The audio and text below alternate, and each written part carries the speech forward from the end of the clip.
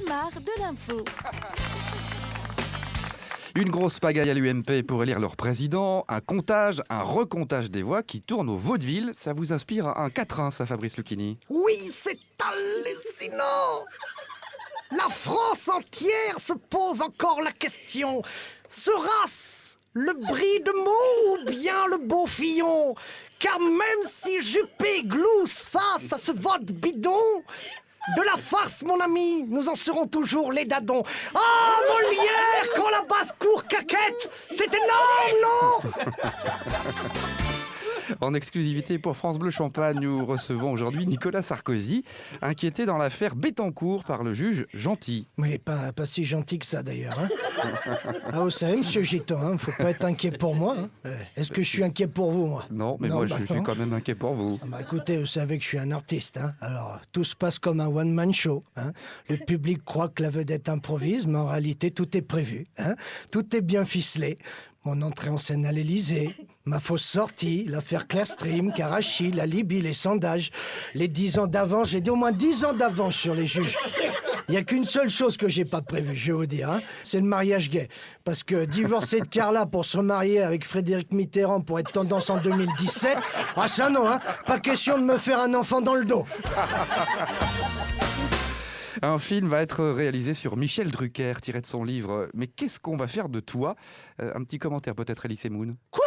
Qu'est-ce que j'entends dans mes prothèses auditives, là? Oh non, bah merde alors! On va quand même pas le laisser tomber si jeune, 70 ans! Bah, qu'est-ce que je peux vous proposer, là? Alors, on peut l'empailler et le foutre sur une cheminée, hein? Ça c'est le modèle prolo, hein? Ou alors, on l'expose au musée Grévin, à côté de Jeanne Moreau, hein? Ça c'est le modèle prestige! Hein? Ou alors, on fait un produit pharmaceutique, hein? Comme il est hypochondriaque, ça peut faire un carton, hein? Drucker en spray, en tisane, en cachet, en suppôt. Ah merde, vivement qu'il flanche. Et à moi le dimanche après-midi avec les papiers et ma vie. À moi Roumanoff. Au pôle Nord, maintenant, on va parler un petit peu de science. On est sérieux. Des tomates sont cultivées à l'année grâce à une serre qui est constituée de 600 lampes de 600 watts chacune. Des lampes destinées à faire pousser donc ces tomates. Ça, c'est fantastique, Jean-Pierre Coff, non? Mais enfin, c'est quand même du grand n'importe quoi, mes enfants. Hubert le jardinier pourra pas me dire le contraire. C'est la tomate qui se fume, ça. Mais non, c'est la vérité. Remarquez, oui, c'est vrai, vous avez pas tort. En tant que président de l'association Sauver les vieux phoques sur la banquise, je peux vous certifier que ce genre d'animal ne mange pas de tomates, enfin. C'est complètement con. Enfin, ils peuvent toujours cultiver des tomates au pôle Nord. Quand on voit le taux de chômage en France, ça nous empêchera pas de continuer à cultiver des courges au pôle emploi. Pour la 7e fois en 10 ans à Reims, l'épée que brandit fièrement Jeanne d'Arc sur sa statue a été volée. Alors qu'est-ce que vous comptez faire, Madame la maire, Madame Hazan? Eh bien, effectivement, il s'agit d'un problème grave, mais rassurez-vous, le conseil municipal a pris une décision extrêmement importante et je puis vous assurer que ce cas ne se reproduira plus. C'est bien ça. Alors on peut savoir quelle est cette décision, Madame la maire?